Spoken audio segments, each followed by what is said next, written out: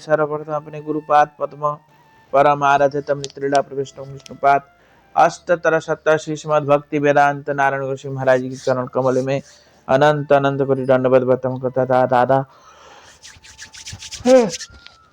विनोद बिहारी जी के चरणों में अनंत अनंत कोटि दंडवत व्यात्मन करता हूँ। हम लोग कल कथा श्रवण किया था। कामाई सुना था। आज हम लोग वहां ललिता बिहारी का दर्शन भी है करेहला में। ये सब कथा हम कल श्रवण किया था। उसके आगे पिसाई गांव है। गोचारण के समय कृष्ण को प्यास लगने पर बलदेव जी ने जल लाकर उनको पिलाया था, इसलिए इस गांव का नाम पिसाई हुआ। पियासाई हुआ, पियासाई से पिसाई, अर्थात प्यास आई इसलिए प्यासाई। तृष्णा कुंड यहाँ है, विशाखा कुंड भी है। गांव के पास ही उत्तर पश्चिम में मनोहर कदम खंडी है। यहाँ गांव करहेला से 1.5 मील उत्तर में स्थित है। ये जो गांव है करहेला से 1.5 मील उत्तर की ओर स्थित है। उसके आगे है सहार गांव। यह नंद जी के सबसे बड़े भाई उपानंद जी का निवास स्थान है। नंद जी का सबसे बड़ा भाई है ना, क्या नाम है? उपानंद। ये परम बुद्धिमान और सब प्रकार से महाराज नंद के परामर्श दाता थे। महाराज नंद महाराज जी इन्हीं से सलाह लेते थे, परामर्श लेते थे। नंदन श्री कृष्ण को प्राणों से भी अधिक प्यार करते थे उपानंद जी। इन्हीं के उपानंद के पुत्र का नाम है सुभद्र है। क्या नाम है? सुभद्र। उनका पुत्र है सुभद्र जी, जिन्हें श्री कृष्ण अपने सहोदर ज्येष्ठ भ्राता के समान आदर करते थे। कृष्ण क्या करते थे? इनको ज्येष्ठ भ्राता समझ के आदर करते थे। इनकी सुभद्र जो है, ये सुभद्र सखा ज्योतिष आदि समस्त कलाओं में पारदर्शी थे। ज्योतिष कला में पारदर्शी है सुभद्र सखा, और श्री कृष्ण के प्रति अत्यंत स्नेहशील थे। कृष्ण के प्रति भी अत्यंत स्नेहशील। और ये गोचारण के समय सब प्रकार की विपदाओं से कृष्ण की रक्षा करने के लिए सदैव तत्पर रहते थे, प्रयत्नशील रहते थे। इन्हीं सुभद्र की पत्नी का नाम कुंतलता है। इन्हीं सुभद्रा का जो पत्नी है उनका नाम है कुंतलता। कृष्ण इनके जीवन सर्वस्व थे। कुंतलता के कृष्ण उनका जीवन सर्वस्व थे। ये बड़ी परिहास प्रिया थी तथा राधा कृष्ण का परस्पर मिलन में अत्यंत पटु थी। राधा कृष्ण की परस्पर मिलन कराने में अत्यंत पटु चतुर थी। कैसे कृष्ण के साथ मिलाया जाए राधा रानी को, इस प्रकार। यशोदा के आदेश से ये श्रीमती राधा रानी को जावट से लेके अपने साथ लेके आती थी। यशोदा मैया के आदेश से कुंतलता जो है जावट में जाके राधा रानी को लेके आती थी। इसलिए ये सब लीला इस गांव में हुआ। तो ये इस गांव का कौन रहते थे? निवास किसका है?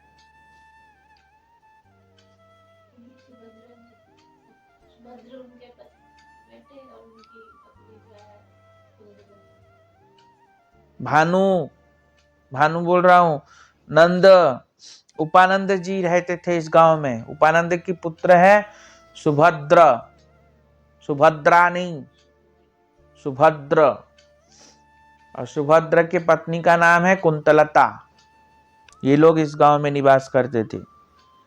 आगे है साखी। यह लीला स्थान नरी से 1 मील पश्चिम तथा सहार से 2 मील उत्तर में है। यहीं पर श्री कृष्ण शंखचूड़ का वध किया था और उसके मस्तक से मणि निकाल के बलदेव जी को प्रदान किया था।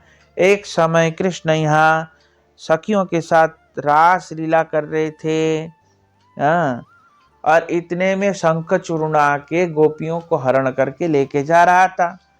तब कृष्ण बलराम दोनों उसके पीछे पीछे आए। विशाल शरीर पीछे पीछे आता हुआ देखा। कौन? शंखचूड़। देख के डर के गोपियों को छोड़ गया और खुद भागने लगे अकेला। तब कृष्ण उसके पीछे पीछे भाग के बलदेव जी को कहा, आप इन गोपियों को देखो, मैं जाता हूं। और बलदेव जी को वहां रोक के खुद कृष्ण गए और उसका वध करके उसके मस्तक से मणि निकाल के बलदेव जी को दिया। बलदेव जी ने उस मणि को लेकर के धनिष्ठा सखी को दिया और धनिष्ठा सखी ने उस मणि को लेके श्रीमती राधा रानी को दिया। माधा रानी ने मस्तक पे लगा के बड़े प्रेम से उस मणि को रखा, क्योंकि बलदेव प्रभु ने दिया था। समझ में आया? ये लीला इसी वन में हुआ था। इसका नाम क्या है? साखी इस वन का नाम है। उसके आगे है छत्रवन या छाता। क्या नाम है? छत्रवन या छाता। मथुरा दिल्ली राजमार्ग पर मथुरा से लगभग 20 किलोमीटर दूरी के पश्चिम की ओर स्थित है। पय गांव से 4 मील दक्षिण पश्चिम में अवस्थित है। पय गांव के 4 मील दक्षिण पश्चिम में अवस्थित है ये गांव। छत्रवन का वर्तमान नाम है छाता। गांव के उत्तर पूर्व कोने में सूर्य कुंड, दक्षिण पश्चिम कोण में चंद्र कुंड। इस गांव में क्या क्या कुंड है? सूर्य कुंड है, चंद्र कुंड है तथा चंद्र कुंड के तट पर दाऊ जी का मंदिर भी विराजमान है। यहाँ जाना चाहिए दर्शन करने। चंद्रकूट के सूर्य कुंड के गांव के पूर्व उत्तर कोने में सूर्य कुंड और चंद्रकुंड के तट पर दाऊ जी का मंदिर, चंद्रकुंड के ऊपर दाऊ जी का मंदिर है। यहीं पर श्रीदाम आदि सखाओं ने श्री कृष्ण को सिंहासन पे बिठा करके ब्रज का छत्रपति महाराजा बनाकर अभूतपूर्व लीला अभिनय कौतुक रचना किया था। ब्रज का छत्रपति राजा बनाया कृष्ण को सखाओं ने मिलके, तो इसलिए इस गांव का नाम छाता पड़ा। समझ में आया? श्री बलराम जी कृष्ण के बाएं और बैठ मंत्रणा कार्य करने लगे। अब कृष्ण को राज्य सिंहासन में बिठा दिया। राज्य सिंहासन में बिठा के बलराम जी बाएं और बैठ के उनके साथ में एक दोनों सिंहासन लगता है ना, एक सिंहासन लगता है राजा का और बाएं और सिंहासन लगता है मंत्री का। जानते हैं? देखा है? जैसे आप राजा में। हाँ, तो बाएं और मंत्री का सिंहासन लगता है। और ऐसे ही बाएं और कौन बैठे हैं? बलराम जी बैठ के मंत्रणा कार्य करने लगे। श्रीधाम ने श्री कृष्ण के सिर पर ऊपर छत्र धारण किया।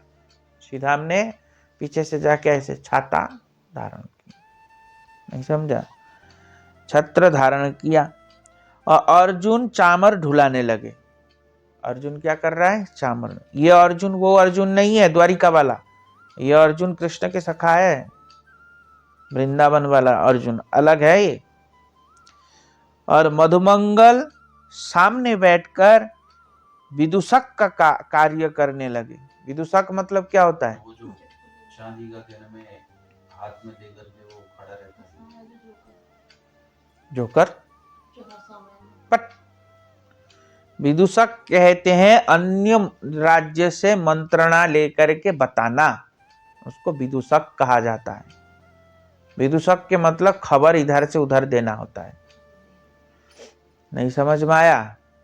अन्य राज्य में क्या क्या हुआ वो खोल करके बताते ना, ये सब है, ये बोला, वो बोला, ये बोला, उसका नाम होता है विदूषक। हाँ, विदूषक का कार्य करने लगे। सुबल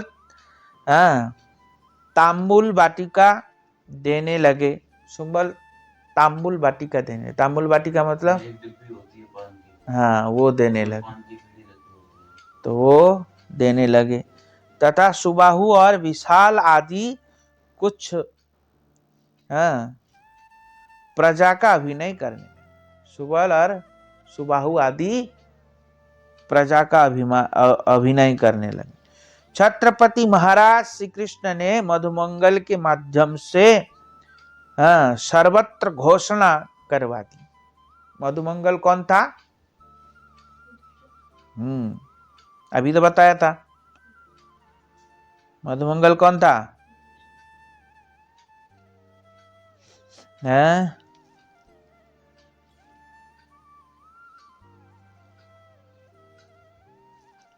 मधुमंगल विदूषक था ना, तो मधुमंगल के माध्यम से क्या किया? सर्वत्र घोषणा पत्र भेजा। क्या भेजा? अन्य किसी अधिकार, क्या कह रहे हैं यहां? अन्य किसी का अधिकार नहीं है इस ब्रजमंडल में, अन्य किसी का अधिकार नहीं है, मेरा अधिकार है। गोपियां प्रतिदिन मेरे इस बाग को नष्ट करती हैं। गोपियां प्रतिदिन मेरे इस बाग का नष्ट करती हैं, अतः वे दंडनीय है। दंड पाने के अधिकार है उनको, वो दंडित किया जाएगा उनको। इस प्रकार कृष्ण ने सखाओं के साथ यह अभिनय लीला कौतिक क्रीड़ा की थी, इसलिए इस गांव का नाम छत्रवन या छाता हुआ। इसलिए इस गांव का नाम क्या हुआ? छत्रवन या छाता। अब कि ललिता आदि सखी क्रोधे कहे बार बार, राधिकार राज्य के कराय अधिकार। एई छे कत कही ललितादि सखीगण, राधिकार उमराव होइला इच्छण। अब क्या कह रहे हैं? उमराव। अब यहां पे तो कृष्ण ने ऐसा कहा छत्रतान के। इतने में छत्रवन से लगभग 4-5 मील पूर्व दिशाओं में उमराव गांव है। छत्र गांव से 4-5 मील दूरी पे उमराव गांव है। उमराव का मतलब भी छत्रपति होता है। समझ में आया? उमराव गांव है अवस्थित।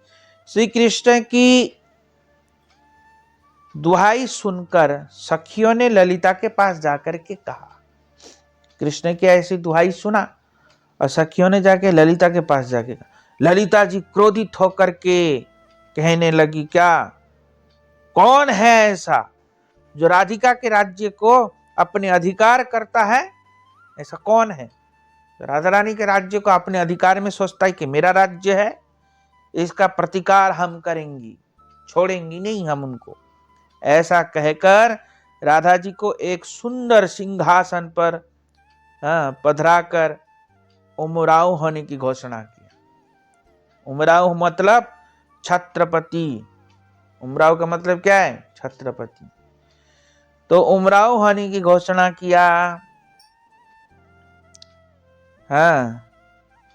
और उमराव होने की घोषणा की, और उमराव का तात्पर्य है राज्य के अधिपति से है। उमराव का तात्पर्य है राज्य के अधिपति, मतलब हमारे राज्य के अधिपति जो है उमराव उसको कहा जाता है। चित्रा सखी ने इनके सर पर छत्र धारण किया। विशाखा जी चामर ढुलाने लगी और ललिता जी बाएं और बैठ के मंत्रणा कार्य करने लगी। क्या करने लगी? ललिता जी बाएं और बैठ के मंत्रणा कार्य करने लगी। और कोई सखी इन्हें पान का पीड़ा देने लगी। अवशिष्ट सखियां प्रजा का अभिनय करने लगी।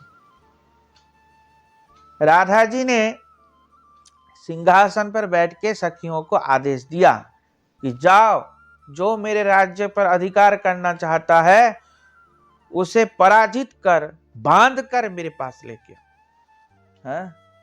जाओ, जाके जो मेरे राज्य पे अधिकार करना चाहता है ना, उनको पराजित करके बांध के मेरे पास लाओ। मोर राज्य अधिकार करे जई जन, पराभव करी तारे आन क्षण। मोर राज्य, मेरा राज्य को जो अधिकार की मैं करना चाहता उसको बांध के मेरे पास लेके आओ, पराजित करके। तब उमराव का आदेश पाके, मतलब छत्रपत्नी का आदेश, छत्रपति का आदेश पा करके सहस्त्र सखियां हाथों में पुष्प छड़ी लेकर, पुष्प की छड़ी लेकर, मतलब फूल की छड़ी लेके युद्ध के लिए यात्रा की ओर निकल पड़े। और निकलते समय देखा किसको? अर्जुन, लवंग, भृंग, कोकिल, सुबल, मधुमंगल, इन्हें देखकर इधर उधर भागने लगे। इतने सारे सखी देख के ये सखा सब इधर उधर भागने लगे, परंतु किसी चतुर सखी ने मधुमंगल को पकड़ लिया। किसी चतुर सखी जाके मधुमंगल को पकड़ लिया और पुष्प माला से उसको बांधकर उमराव के चरणों में उपस्थित किया। उमराव मतलब राधा रानी, चरणों में उपस्थित किया। और कुछ गोपियों ने मधुमंगल को 2-4 गुलछे भी लगाया। नहीं समझे? 2-4 गुलछा मार के उससे हमारे उमराव राज्य पर अधिकार करने का इतना साहस, अभी हम तुम्हें दंड देंगी, ऐसा कहा। हमारे उमराव राज्य पे तुम इतना अपना शासक दिखाना चाहते हो, अभी हम तुमको दंड, तुम बड़ा विदूषक बनते हो ना, अभी हम तुमको दंडित करेंगे, ऐसा कहा। जब ऐसा कहा ना, पराजित होकर के, किंतु दंड ऐसा। अब मधुमंगल क्या किया? सेनापति की सिर नीचे हो गया, मतलब मधुमंगल का सिर नीचे होकर के कहने लगा, ठीक है, हमको दंड तो देना, पर अब क्या करें, हम पराजित तो हो ही गए हैं, अब दंड देना तो कैसा दंड, किंतु दंड ऐसा दो हमारा पेट भर जाए, ऐसा दंड देना, हमारा पेट भर जाए, ऐसा दंड दो, ऐसा कहा। ये सुन के राधा रानी हंसते हुए बोली, ये तो कोई पेटू है, पेटू को क्यों उठा के लेके आया, ऐसा कहा। राधा रानी कह रही है, ये कोई पेटू है, पेटू को उठा के क्यों लाया, इनको छोड़ दो, पेटू को खिला पिला के छोड़ दो। बहुत सारा लड्डू खिला के और बढ़िया करके छोड़ दिया। अब मधुमंगल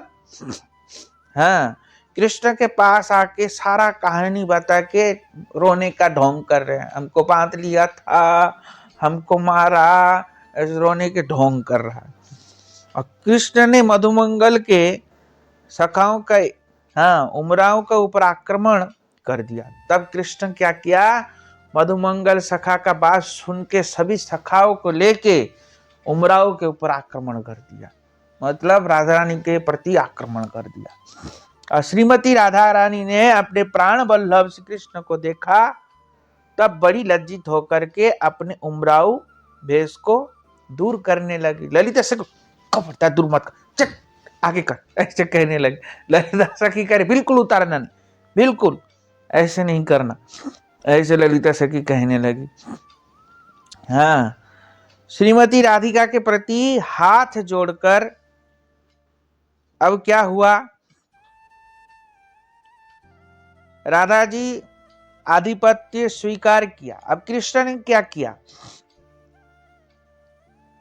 जब ललिता सखी ऐसा करने लगी, सखियां हंसती हुई उन्हें ऐसा करने से रोकने लगी और मधुमंगल ने छत्रपति बने हुए कृष्ण को उमराव अधिकार के दक्षिण में बिठा दिया।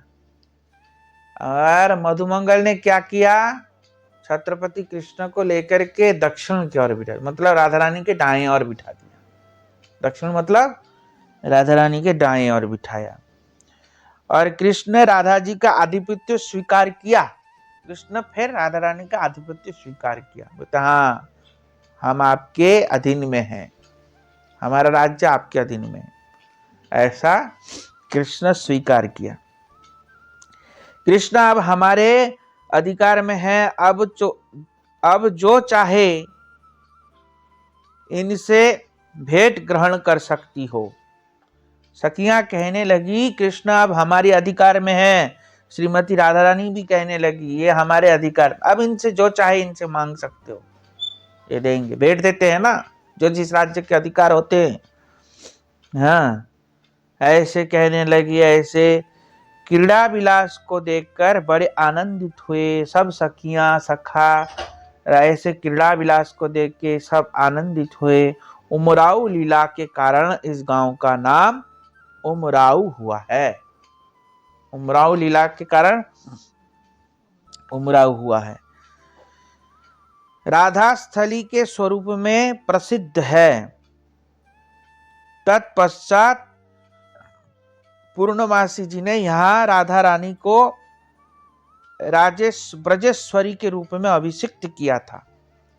पूर्णमासी ने क्या किया था, राधा रानी को ब्रज की ईश्वरी है ऐसा करके अभिषेक किया था। यहाँ किशोरी कुंड भी है, यहाँ पे किशोरी कुंड है। कहाँ पे है, उमराव में। और श्री लोकनाथ गोस्वामी यहीं पर भजन करते थे, उमराव गांव में। और किशोरी कुंड से ही राधा विनोद जी प्रकट हुए थे। लोकनाथ जी के श्री विग्रह ये किशोरी कुंड से प्रकट हुआ था। समझ में आया? लोकनाथ जी के श्री विग्रह का नाम क्या है, राधा विनोद। श्री विग्रह जयपुर में विराजमान है। आजकल ये विग्रह जयपुर में विराजमान है। धनसिंघा, उमराव गांव के पास ही धनसिंघा गांव है। धनसिंह धनिष्ठा सखी का गांव है। ये धनिष्ठा सखी के गांव है। धनिष्ठा सखी कृष्ण पक्षीय सखी है। धनिष्ठा सखी किस पक्षीय सखी है, कृष्ण पक्षीय सखी। सदैव यशोदा जी के घर में विविध प्रकार की सेवाओं में नियुक्त रहती हैं। ये धनिष्ठा सखी जो है यशोदा मैया के घर में हमेशा रहती हैं और हमेशा उनके काम काज में हाथ बटाती हैं। विशेषकर ये विदुषी का कार्य करती हैं। क्या कार्य करती हैं, विदुषी किसको कहते हैं, खबरी। खबर इधर से उधर पहुंचाती है। कृष्ण का खबर राधा रानी को देती है, राधा रानी का खबर कृष्ण को देती है। और कृष्ण राधा रानी का मिलन भी कराती हैं। इसलिए इनका नाम है धनिष्ठा सखी। और उसी के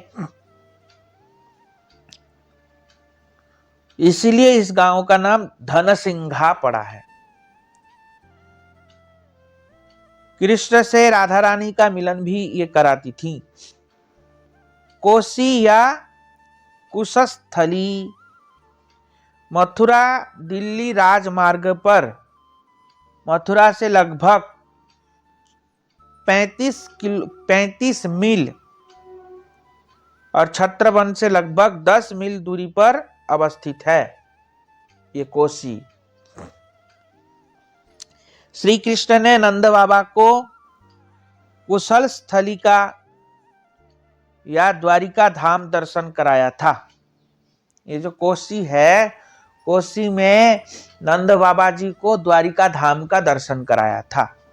इसी कोसी में द्वारिका धाम का दर्शन कराया था। यहाँ गोमती कुंड है। कोसी में क्या कुंड है? गोमती कुंड है। यही गोमती कुंड में द्वारिका धाम का दर्शन कराया था। किसको? नंद बाबा जी को, जो गांव के पश्चिम में विराजमान है। गोमती कुंड कहाँ है? गांव के पश्चिम और विराजमान, कोसी में।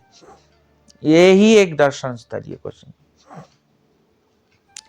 यहाँ किसी समय श्रीमती राधिका ने विशेष भंगिम के द्वारा कृष्ण से पूछा था, कोसी तुम कौन हो?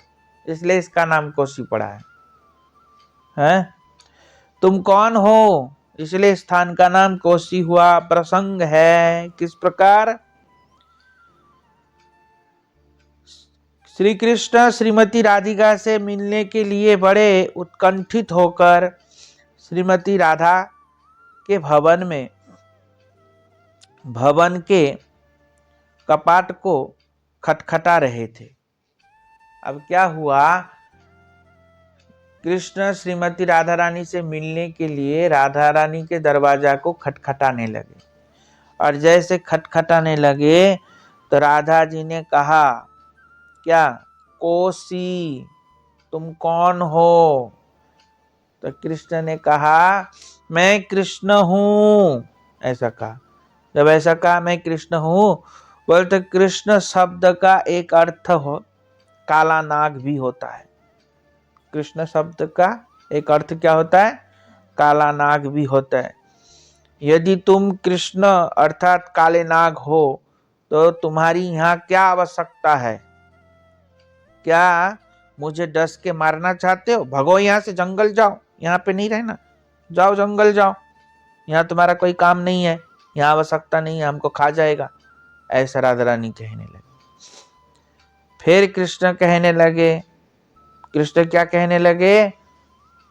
बोलते हैं, वो तो कोसी, तो बोलते हैं, अरे मैं घनश्याम हूं। ठकठका के जब बोला घनश्याम, बोलते घनश्याम का दूसरा अर्थ होता है बादल, बरसना। तुम यहाँ बरसने आए हो? बरस के हमारा सब आंगन को कीचड़ से लथपथ कर देगा। भागो यहाँ से, जंगल में सरोवर में जाके बरसो, यहाँ पे नहीं बरसना, यहाँ पे बरसना नहीं बिल्कुल भी, निकलो यहाँ से, जाओ। ऐसे कहने लगे।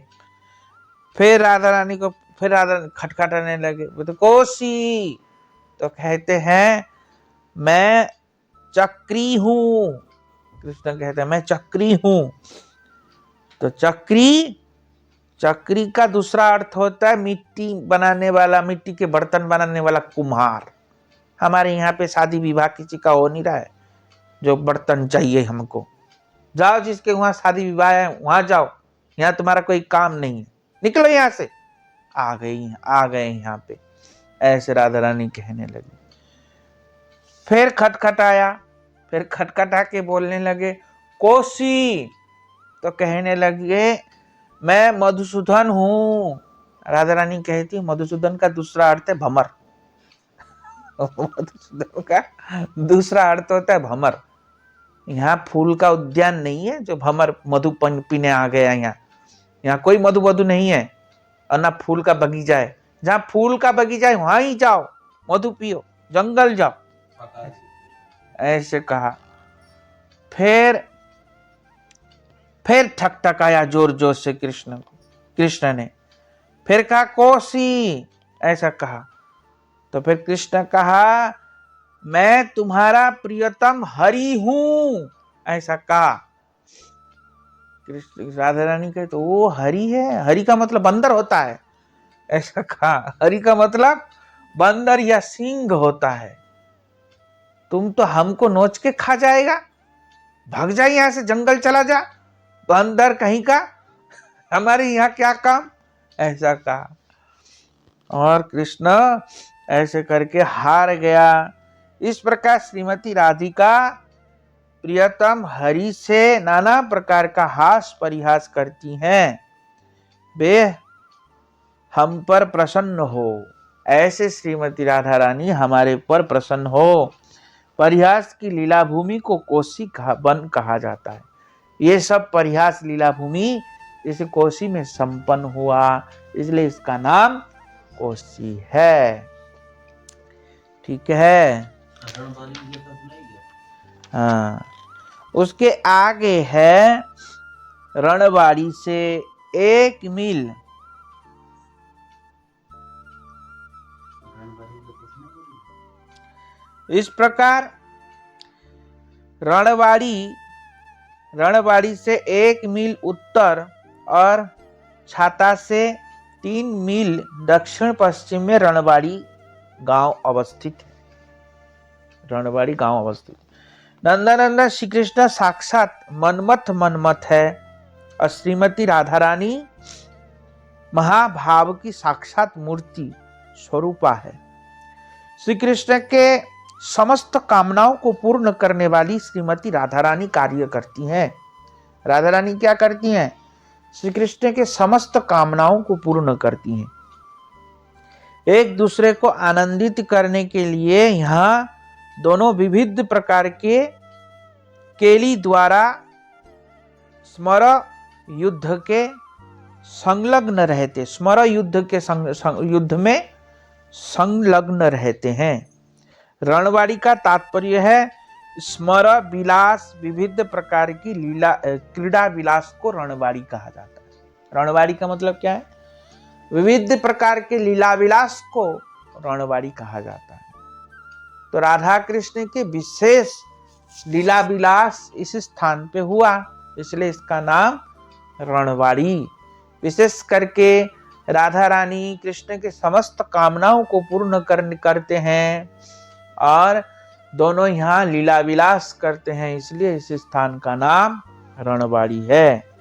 प्रसंग है, एक बार इस गांव में कृष्णदास बाबाजी नाम का एक बाबाजी रहता था। इनको भक्ति में आने से पहले द्वारिका जाने की बड़ी इच्छा थी, पर उस समय जा नहीं पाए। तो कोई एक ब्राह्मण द्वारिका ले जाने के लिए इनको कहा कि द्वारिका चलेंगे हमारे साथ। तो फ्री में जा रहे थे, समस्त तीर्थ का भ्रमण करके अंत में द्वारिका पहुंचे। और द्वारिका जब पहुंचे ना, तो द्वारिका में उनको क्या किया, उस शंख चक्र पद्म गदा का छापा लगा दिया। वहां उनके गरम करके वहां छापा लगाते द्वारिका मंदिर में प्रवेश करने से पहले। तो वो सब छापा लगा लिया इधर उधर। जब छापा लगाया और फिर छापा लगा के वहां सब दर्शन करके द्वारिका में बाबाजी पुनः रणबाड़ी में आ गए। अब रणबाड़ी में जब आया ना, तो इनको भजन में मन नहीं लग रहा है। बहुत प्रयास कर रहे हैं पर भजन में मन नहीं लग रहा है, ना अष्टकालीन लीला में मन लग रहा है, किसी चीज में मन नहीं लग रहा भजन में। बहुत दुखी हो गए और बहुत दुखी होके तब बाबाजी कहाँ आए? राधा कुंड में आए। राधा कृष्णदास बाबाजी महाराज जी का एक बाबाजी के साथ मित्रता था। बाबाजी के पास आए राधा कुंड में, और बाबाजी के पास जब आए, वो बाबाजी इनके मुंह देख करके मुंह फेर लिया। ऐसे जब मुंह फेर लिया, दुखी होकर के कहा, मेरे को क्यों ऐसे दर्शन नहीं हो रहा है? मेरे को ऐसा अष्टकालीन लीला का स्मरण नहीं हो पा रहा है, क्यों? ऐसा क्या हुआ? तब उन्होंने कहा, तुमने भयंकर अपराध किया है। बोलते क्या अपराध किया? बोलते तुमने राधा रानी के चरणों में अपराध किया। बोलते कैसे? बोलते एक तो तुम द्वारिका गए और द्वारिका जाकर के वहां छापा चिन्ह लगा के आए हो, तो उससे क्या होता है कि तुमने राधा रानी का शरणागति छोड़ के रुक्मणी का शरणागति ले लिया, इसलिए तुम्हारे ऊपर अब राधा रानी का इस शरीर में, तुम्हारे इस शरीर में राधा रानी की कृपा हो ही नहीं सकता। ऐसा कहा, और मेरे यहाँ से भी जल्दी चले जाओ, क्योंकि मैं भी तुमसे ज्यादा बात करूंगा तो मेरे ऊपर भी राधा रानी की कृपा हट जाएगी। तो इसलिए जल्दी निकलो यहाँ से, ऐसा कहा। दोस्ती छोड़। तो फिर उसके बाद वो रणबाड़ी में दुखी होकर के लौटे और अपने भजन कुटी को बंद करके बिरहा में आतुर होके दूसरे अन्न जल त्याग कर दिया। और दूसरे तीसरे दिन उनके शरीर से अग्नि निकला और निकल के पूरा कुटी समेत वो भस्म हो गए हैं। जब गांव वालों ने उनको तोड़ के निकाला तो क्या पाया, बाबा जी नहीं थे वहां, बाबा जी का राख था। तो इसलिए यहाँ प्रति वर्ष पौष मास की अमावस्या के दिन यहाँ पे ब्रजवासी इनका तिरोभाव उत्सव बड़े उत्साह के साथ मनाते हैं रणबाड़ी में। अभी भी हर साल होता है। नहीं समझे? ये सब